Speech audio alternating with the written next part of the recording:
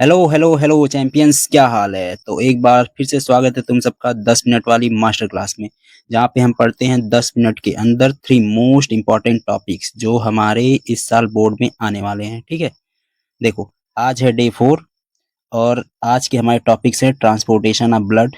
यानी कि ट्रांसपोर्टेशन समझेंगे क्या होता है, components of blood, WBC, RBC, platelets, ये सारी चीज़ें और सब मोस्ट इम्पॉर्टेंट टॉपिक्स आज का। ठीक, जो है ब्लड क्लॉटिंग मैकेनिज्म, कैसे ब्लड क्लॉट होता है। ठीक है, कि हमारे बॉडी के अंदर है तो जमना नहीं चाहिए, बॉडी के बाहर है तो तुरंत जमना चाहिए, कैसे ये सारा चीज हमारा बॉडी प्रोसेस करता है, इन सबको समझेंगे। ठीक है, तो चलो सबसे पहला आज का हमारा मेन टॉपिक ही है ट्रांसपोर्टेशन। क्या है ये ट्रांसपोर्टेशन? नाम से ही पता चल रहा है यार, ट्रांसपोर्ट मतलब क्या, चीजों को यहाँ से वहां ले जाना। ठीक है, वही चीजें हमारे अंदर कौन ले जाता है? ब्लड। तो यानी मेन क्या है, ब्लड। ब्लड के बारे में पढ़ा जाएगा। देखो ये है हमारा लंग्स। लंग्स क्या करेगा, ऑक्सीजन को भर देगा किस, कहाँ पे, ब्लड के अंदर, जो सेल तक पहुंचा देगा। वहां से क्या होगा, सेल के अंदर ऑक्सीडेशन होगा ग्लूकोज का, जिससे बनेगा क्या, कार्बन डाइऑक्साइड। और कार्बन डाइऑक्साइड वापस से ब्लड में भेज के लंग्स में भेज दिया जाएगा। तो यही तो है ट्रांसपोर्टेशन, सामान को ढोना इधर से उधर। और भी देखो सेल के अंदर क्या बनता है, कुछ नाइट्रोजनस बेस, इसे भी बाहर निकालना होता है, तो इसे भी ट्रांसपोर्ट के थ्रू किडनी के पास भेजा जाता है, किडनी यहाँ से यूरिन के थ्रू बाहर कर देगा। ठीक है, तो यही जो स्टेप्स हैं ये वाले 1 2 3, ये सारे स्टेप यही कहलाते हैं ट्रांसपोर्टेशन। और जो प्लांट में होता है वहां पे देखो, ये है प्लांट, जड़ के द्वारा यहाँ से क्या, पानी वगैरह सारे उसके पार्ट तक पहुंचाए जाते हैं। यही तो है ट्रांसपोर्टेशन। तो देखो ट्रांसपोर्टेशन सबसे पहले क्या है, अब जब एनिमल में ट्रांसपोर्टेशन होता है तो उसे बोलते हैं सर्कुलेटरी सिस्टम। पूरा एक सिस्टम हमारे अंदर फिट है ट्रांसपोर्ट करने के लिए। ठीक है, और प्लांट में ऐसा कोई सिस्टम नहीं पाया जाता, वहां पे सिर्फ वेसल्स पाए जाते हैं, जाइलम और फ्लोएम। ठीक, इसके बारे में हम आगे देखेंगे। तो आज का हमारा मेन क्या है, सर्कुलेटरी सिस्टम। सर्कुलेटरी सिस्टम किस सिस्टम है, तो सिस्टम एक चीज का नहीं होता, कई सारी चीजें मिलकर कोऑर्डिनेटेड वे में जब काम करती है तो उसे सिस्टम बोलते हैं। तो सबसे पहला आता है हार्ट, जो है हमारा पंपिंग मशीन, यानी कि यही तो पंप करेगा। फिर है ब्लड, मीडियम है ट्रांसपोर्टेशन का, इसी के थ्रू सारी चीजें ट्रांसपोर्ट होती हैं। फिर नेटवर्क चाहिए ना, ये ब्लड थोड़ी ना पहुंच जाए, जैसे कि हमारे पास अगर गाड़ी है तो रोड नहीं है तो उसे थोड़ी ना पहुंचाया जा सकता है एक जगह से दूसरी जगह। तो वही ब्लड, अगर हमारा गाड़ी है तो ब्लड वेसल जो है ये पूरा रोड है। ठीक है, पाइपलाइन है। अब देखो ब्लड वेसल कितने टाइप के होते हैं, 3। वेन होता है जो ब्लड को हार्ट के पास ले जाता है, आर्टरी जो ब्लड को हार्ट से दूर ले जाती है, और कैपिलरी मतलब जो पतली पतली जगह जहाँ पे ये वेन और आर्टरी नहीं पहुंच सकती हैं, वहां पे कैपिलरी काम आती है। ठीक, चलो अब पढ़ते हैं ब्लड के बारे में। क्या है ब्लड? देखो ब्लड होता है फ्लूइड कनेक्टिव टिश्यू। यहाँ से तुम्हारे एक क्वेश्चन पक्का बनने वाला है कि पूछेगा कि ब्लड क्या है। ब्लड क्या है, फ्लूइड कनेक्टिव टिश्यू। ठीक है, इसका अमाउंट होता है 5 लीटर और इसका पीएच होता है 7.4, यानी कि स्लाइटली अल्कलाइन। अब ब्लड के कंपोनेंट क्या हैं, तो ब्लड के दो कंपोनेंट होते हैं। पहला 45% हिस्सा होता है फॉर्म एलिमेंट का। ठीक है, अब 55% हिस्सा होता है प्लाज्मा का। अब फॉर्म एलिमेंट के अंदर आता है आरबीसी, डब्ल्यूबीसी, प्लेटलेट्स। ठीक, आरबीसी मतलब एक एक करके यहाँ से पढ़ते हैं, यहाँ से तुम्हारे क्वेश्चन एक बनने वाला है पक्का। आरबीसी जो है इसे बोलते हैं रेड ब्लड कार्पेसल्स, क्या पता फुल फॉर्म ही पूछ ले। तो आरबीसी का फुल फॉर्म है रेड ब्लड कार्पेसल। इसका अमाउंट होता है 5 to 5.5 मिलियन पर MM³। MM³ का मतलब होता है 0.001 ml, यानी कि 1 माइक्रोलीटर। ठीक है, 1 माइक्रोलीटर के अंदर 50 से 55 लाख आरबीसी होते हैं। ठीक है, और आरबीसी का रंग जो है लाल क्यों होता है, वो होता है हीमोग्लोबिन के कारण। तो हीमोग्लोबिन की वजह से ही आरबीसी कैसा होता है, लाल।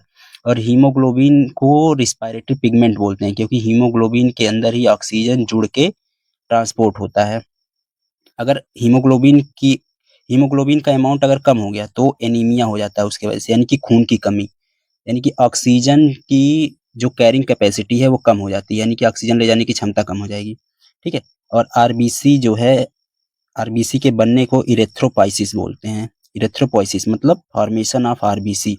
आरबीसी बनता कहाँ पे है, बोन मैरो में। ठीक है, अब आरबीसी का लाइफ स्पैन होता है 120 डेज। अब जब 120 डेज कंप्लीट हो जाता है तो स्प्लीन में जाके आरबीसी का डेथ हो जाता है, इसीलिए स्प्लीन को बोलते हैं ग्रेवयार्ड ऑफ आरबीसी। यहाँ से भी एक क्वेश्चन पक्का है।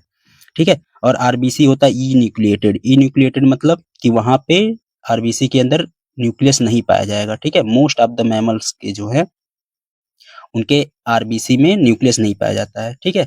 लामा वगैरह है उनके में पाया जाता है, ठीक। अब देखो डब्ल्यूबीसी। डब्ल्यूबीसी मतलब व्हाइट ब्लड कार्पसेल्स, ठीक है। इनका अमाउंट जो है 6000 से 8000 होता है पर एमएम क्यूब, ठीक है। अब देखो डब्ल्यूबीसी का काम क्या है, ये किल करता है बैक्टीरिया को एंड अदर पैथोजन जो हमारे बॉडी में आ जाते हैं, उन्हें किल करने का काम कौन करता है, डब्ल्यूबीसी, यानी कि फैगोसाइटोसिस करता है।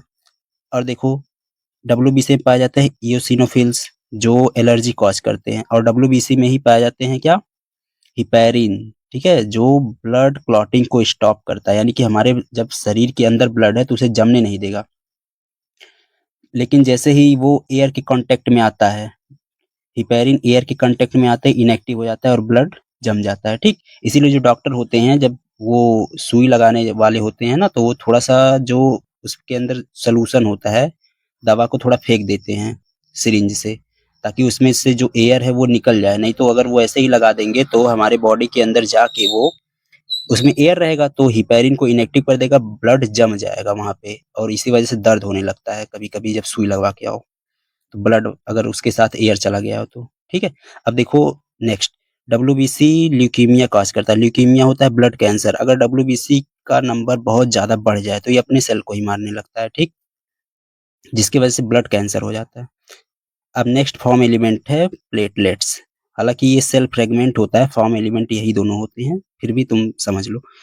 इसका अमाउंट होता है 1.5 टू 3.5 लाख पर एमएम क्यूब, यानी कि 1.5 से 3.5 लाख होते हैं पर एमएम क्यूब के अंदर।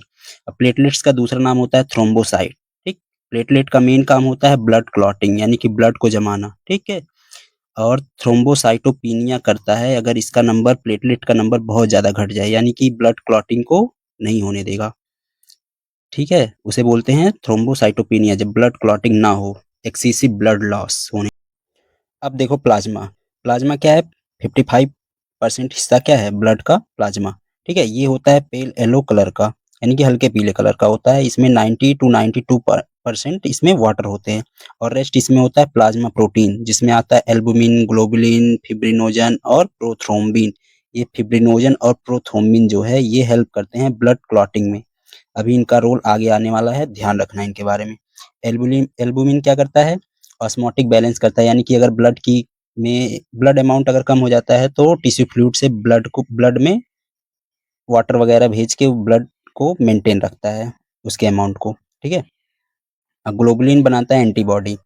और प्लाज्मा में के अंदर और क्या होते हैं, कुछ सॉल्ट वगैरह होते हैं, जैसे सोडियम हो गया, पोटेशियम हो गया, बाइकार्बोनेट हो गया। इस बाइकार्बोनेट के थ्रू ही कार्बन डाइऑक्साइड का ट्रांसपोर्ट होता है। कैल्शियम आयन होते हैं, कुछ न्यूट्रिएंट होते हैं, ठीक है। न्यूट्रिएंट जैसे ग्लूकोज हो गया, विटामिन्स हो गए, अमीनो एसिड, ये सारे ब्लड में ही होते हैं। यूरिया, हार्मोन्स, ठीक, सब ब्लड प्लाज्मा के अंदर ही होता है। तो चलो अब देखते हैं ब्लड क्लॉटिंग मैकेनिज्म, यानी कि हमारे बॉडी के अंदर ब्लड जमता कैसे है। तो सपोज करो ये है कोई, किसी का हाथ है, ठीक है। ये किसी पॉइंटेड ऑब्जेक्ट से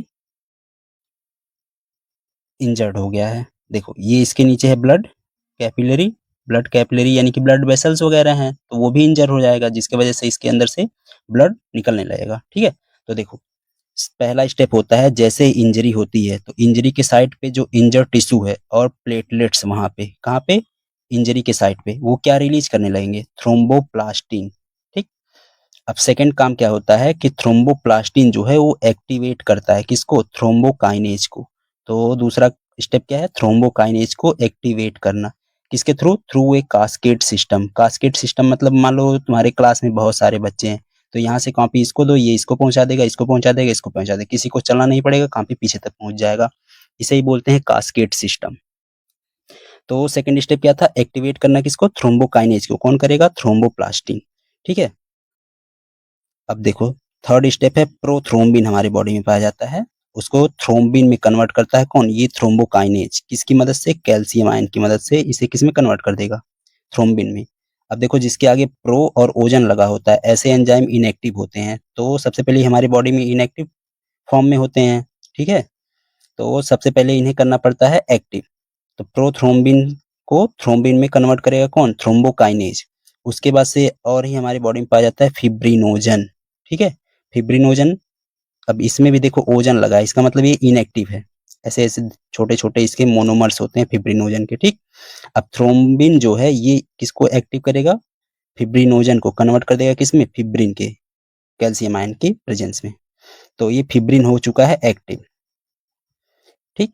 अब देखो फिर से एक बार स्टेप समझ लेते हैं। सबसे पहला स्टेप क्या है, जो इंजर्ड टिश्यू है वो प्लेटलेट्स, इंजरी साइट पे प्लेटलेट्स और इंजर्ड टिश्यू क्या रिलीज करेंगे, थ्रोम्बोप्लास्टिन। थ्रोम्बोप्लास्टिन किसको एक्टिवेट करेगा, थ्रोम्बोकाइनेज को। थ्रोम्बोकाइनेज किसको एक्टिवेट करेगा, प्रोथ्रोम्बिन को थ्रोम्बिन में कन्वर्ट कर देगा, ठीक है। और थ्रोम्बिन फिब्रिनोजन को फिब्रिन में कन्वर्ट कर देगा।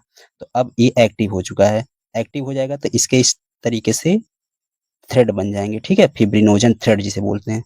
फिर ये एक जाल बना लेता है ऐसे पूरा।